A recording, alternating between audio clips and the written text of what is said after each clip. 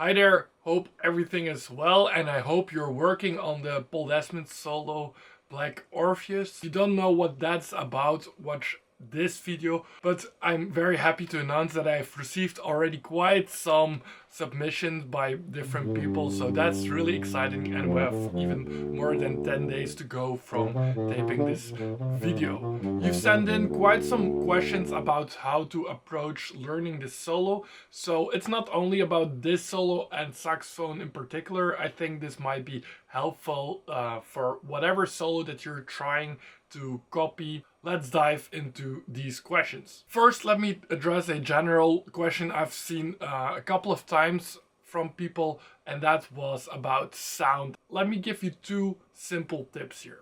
One is don't play loud. It's very simple, but you cannot get to that sound of Desmond by playing loud. Maximum mezzo forte, but keep it there, or even mezzo piano. That would be the range there.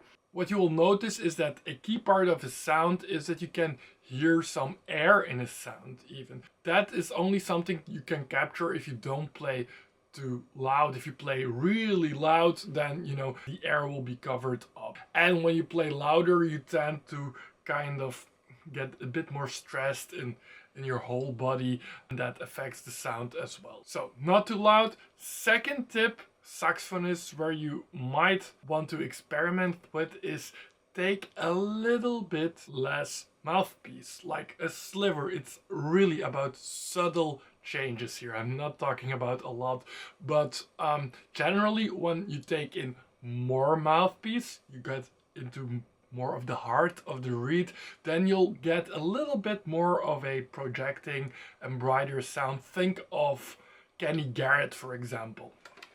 Let me show you this.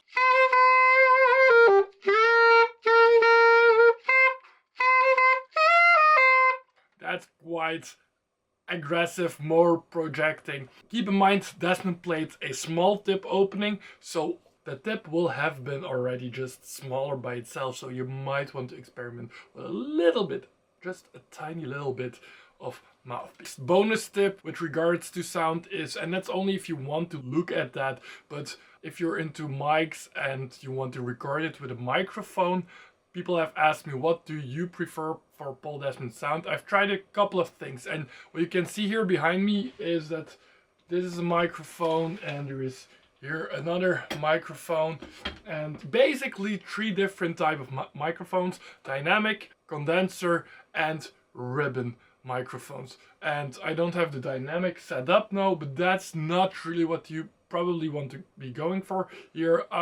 The other one is, it's a very good microphone actually. That's the AKG C414. It's a pretty expensive microphone actually. I use that to record the Sharp 11 electric band album. Great as overheads for drums and stuff like that. It's pretty hi-fi, but actually that's not the best option for Paul Desmond sound, because it picks up really a lot of high frequencies. There comes in this microphone, and this was just in total like, I think, 150 euros or something, which is pretty okay for a microphone. That's a ribbon mic. This is a copy of like the real ribbon mics that they used to use in studio and stuff. They have pretty good copies of that kind of microphone. This is something I have from Tolman. That's a house brand there. I think it's a T-Bone RB500. You will notice that it gives way more of a rounder, warm sound. It has this high roll off by itself. It boosts a little bit more of that warm frequencies. Just a very open tip. You don't have to do that, of course, for this challenge, but if you want to experiment.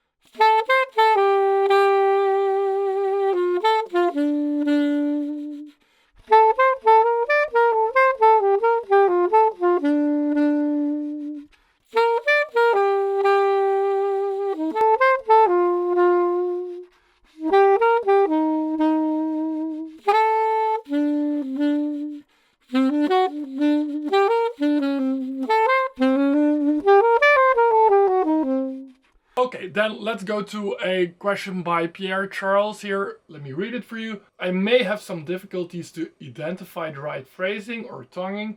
as it's quite fast, I can't identify it the right way. It's a good question. Just as a very general rule of thumb, the style of this solo is bossa nova, or rather actually samba, because it's pretty fast. Samba is a faster version of bossa nova.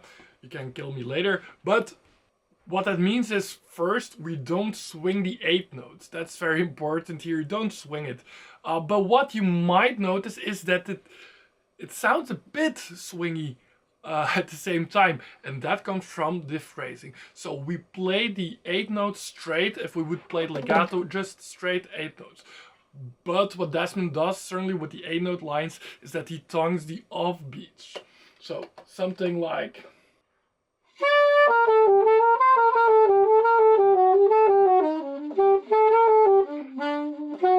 So what I did now, I'll slow it down and exaggerate where my tongue comes.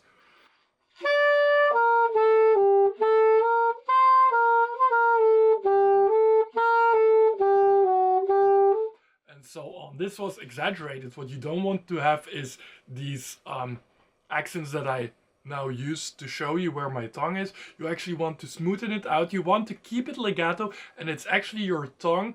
I use just half of the reed for that, more of the technique of half tonguing, so that I'll tip the reed, I'll nudge it, but I'll always keep also a part open so that the airstream can go on, which is very important here. This is pretty advanced, I would say. If you're having troubles with just getting into the right tempo and keeping up with the tempo of the original, just do it legato. Way better than overphrasing.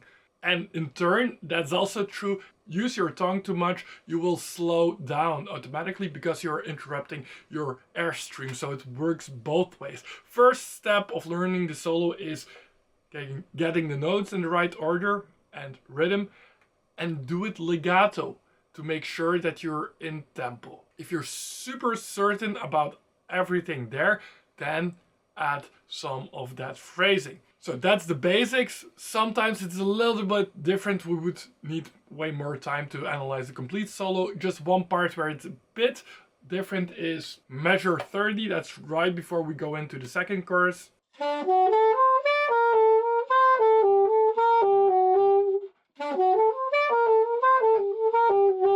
There you can group it more per 4 notes, but on the offbeat. Starts on the offbeat, you have 4 notes tied together, and then you have that higher note, which is the offbeat. There you put your tongue, and then again 4 notes, and then there's again that offbeat, which is another higher note in the line, and that gives that shape. Listen to Desmond. That's what is happening there with the phrasing. Okay, next question. It's from Instagram. I have troubles with getting into the right tempo. It's fast with the 8 notes, especially in the second chorus, the start there. A lot of 8 notes there. Step 1, don't phrase. You will only slow yourself down. And let me play the line to you.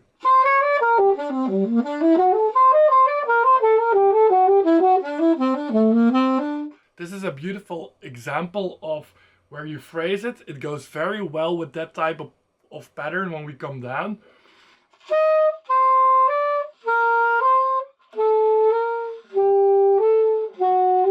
That's where you want to tie it together, the offbeat towards the downbeat. Ba, ba, ha, ba, ba, ha. If you want to do the phrasing, but first get it in tempo. So if you're here, the question is, I'm getting a bit behind on that line, don't phrase it all. Another little point for this solo is that Desmond sounds so relaxed and so easygoing, but that hides the fact that it's deceptively fast in a way. It's kind of bossa samba-ish with a very relaxed kind of beat, and Desmond plays it relaxed, so it's quite deceptive. But it is actually pretty fast if you put the BPM to it. Okay, Andy asks about vibrato. Let me read it to you. He uses a lot of terminal vibrato on shorter notes as well as the more regular vibrato on longer notes. Do you know if he's using his jaw for a vibrato or using airflow vibrato or both? So let me first answer that last question. It's embouchure vibrato.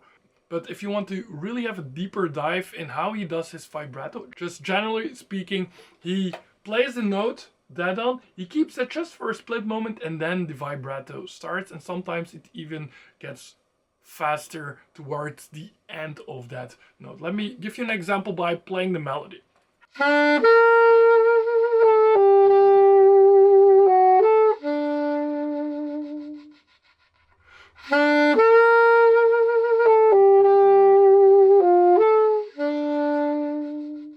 So you'll hear, for example, the last note, I started just straight, then the vibrato came in, and then sometimes Desmond will even die out, like decrescendo with his sound, until he only has the air left, and you'll sometimes even hear the vibrato going through just the air. So that's the general rule here. You'll hear that very nicely on that last 8-bar super long sequence. He's playing on the longer notes in that line. Go for that type of vibrato. I think it's a gorgeous way of vibrato. I like that way more than starting straight from your note and putting the vibrato in right away. Then there's Marty with a question. He writes, downloaded these solos by Desmond for future reference, okay, and thanks for being so generous. How can I contribute to your cause? Do you have PayPal? Please let me know. I guess we have PayPal. I don't know how that works with tips. I'm European, I don't do tips. But we have also a shop where we have both Timothy and me. We have guitar lessons, we have saxophone lessons, and we have ear training courses. So maybe you want to go there, and I mean, if you buy anything in different price ranges there, that will contribute to our cause, and you will have some value. You will learn something, I hope, from that. So I think that's maybe the best option there. Somebody from Instagram asks, vertical or horizontal video? Well, I didn't mention that. I forgot to mention that and I've gotten already quite some submissions in different versions. It maybe doesn't matter anymore. I will have to crop and then make a gigantic puzzle at the end anyways. So whatever, it's a lost cause there. Okay, and then something for Halloween, Ghostnotes. Ghostnotes is actually a topic that I've wanted to cover in a video just in depth for a longer time, but I have concepts of a plan. It's not coming through, not enough time to really make it, but let me give you just the basics of it.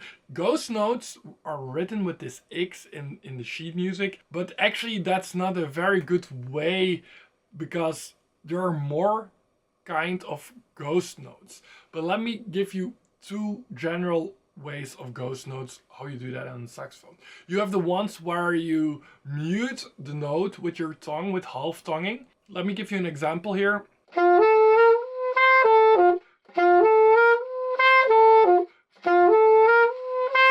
Mostly it's kind of withholding the note before the one you want to accentuate. So that's what your tongue is doing. My tongue is really holding that note on the reed, kind of this way. Let me try to show you that. Meets on this side. This is what my tongue is doing. So half of the reed can vibrate and half of it is muted. Half tonguing, good name, right? And that's a very good tool. Also, I use that for a lot of the phrasing, what I just said earlier in the video, because then you'll get a way more subtle kind of phrasing, which Desmond, for example, also has. So I would dare to bet on that with his phrasing, he does that on half of the reed. So that's type of ghost note, because you're muting the note, it sounds like 60% of a normal note sound. Then there's also the ghost notes you do just more as a kind of filler, and those can be done with air, which is basically you drop your air and go back. So that's, Desmond has that here, measure 47.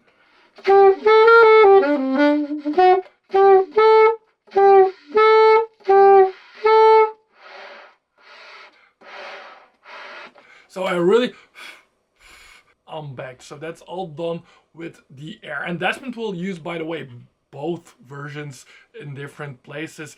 Here, that was a clear version of using the air.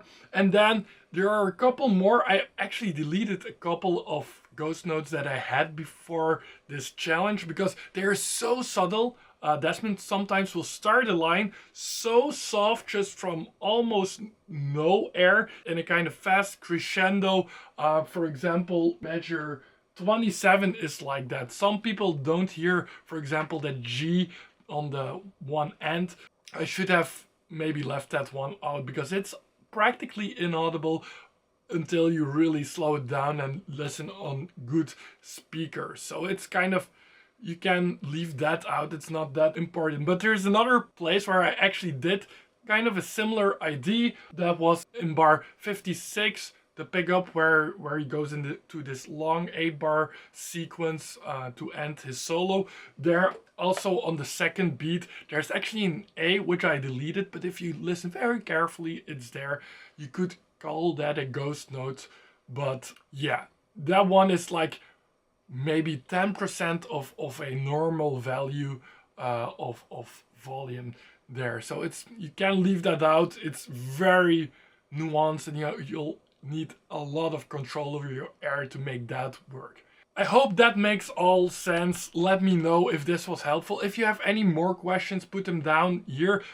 I'll see, and I'll try to make a quick responding video with not too much editing and you know, setting up of sound. Then it can be done if I do it this way. I don't know how this sound will turn out. I have a new microphone tied right into my camera for this one, so we'll see how that sounds. Was this helpful? That's one question for you. Do you have other problems with this solo? I'll try to do more of these question and answers, and yeah, and keep watching the channel. Subscribe to the channel, that helps. I mean, we're closing in on 100,000 subscribers. That would be an amazing milestone. So I'm a very bad YouTuber. Now I think of it, maybe subscribe and hit that like button. Hey, I sound like a YouTuber. Thank you for watching. Let me know.